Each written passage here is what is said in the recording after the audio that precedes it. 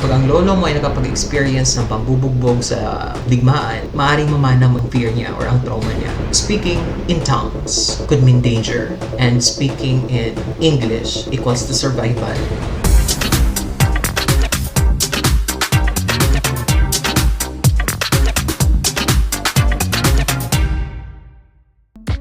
Isa sa mga hindi pa na-explore na factor ng pagkamatay ng ating language ay itong tinatawag nating epigenetic trauma.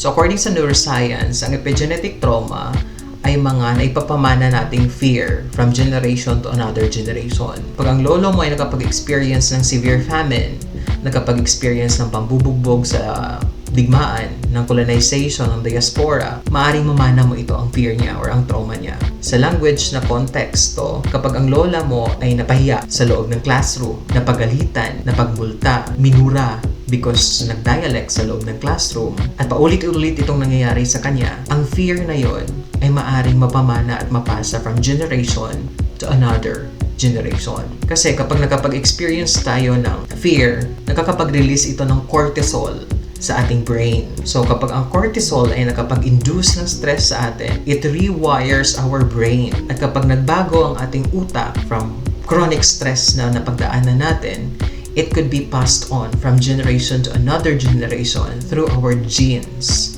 That's why kung mapapansin ninyo, pag stress ang nanay habang binubuntis niya ang anak niya, may malaking impact ito sa anak because connected sila through the umbilical cord.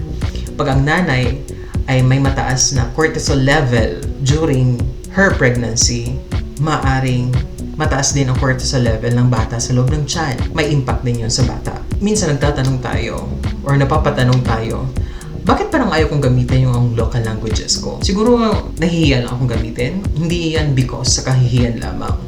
It could be because namana mo.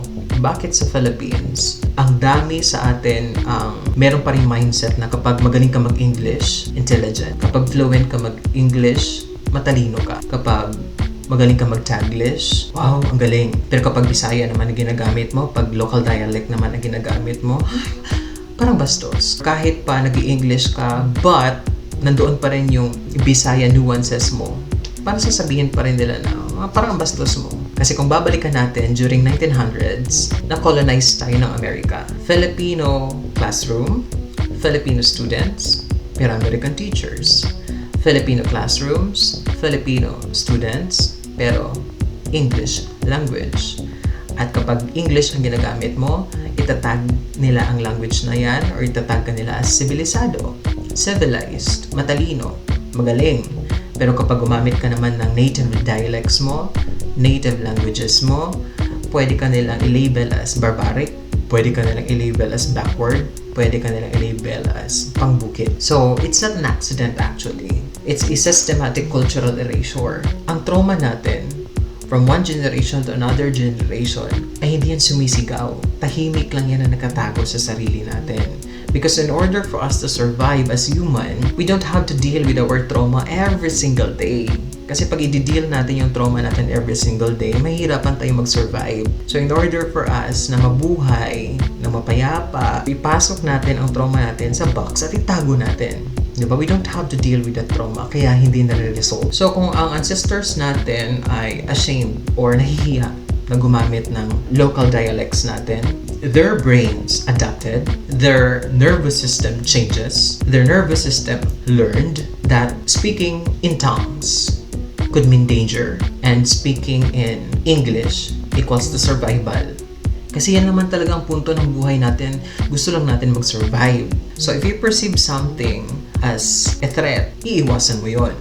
So if you perceive your language as a threat na maaring magdala sa iyo ng stress, na maaring magdala sa iyo ng problema, maaring itag ka nila ng mga masasakit na mga salita, unti-unti mo itong iiwasan at magbabago ang utak mo through time at maaring mapasa mo ito. So actually, hindi lang yan simpleng pagkalimot lamang. It's our neurological self-defense. Pero ang problema kasi, pag nasanay tayo na iniisip lamang natin na self-defense lang ito, for our survival lang ito, pag napamana na natin yan from generation to another generation, it doesn't look like fear anymore. Nagbabago na ang ating pagtingin doon. Parang iniisip na lang natin na, preference ko lang ito.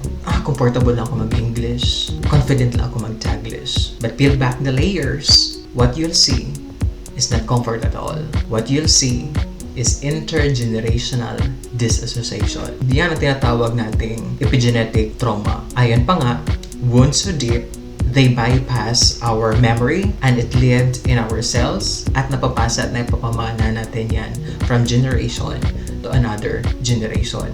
At kapag patuloy ang pagpapamana natin, unti-unting nawawala at namamatay ang language natin kasi in-associate natin siya as our survival instinct, our survival mode. Natural lang sa atin yon. Pero kawawa at nawawala at namamatay yung ating language. So, every time na tinuturuan natin ang bata na ikahiya ang kanyang accent, pagtawanan natin sa comment section because meron siyang accent.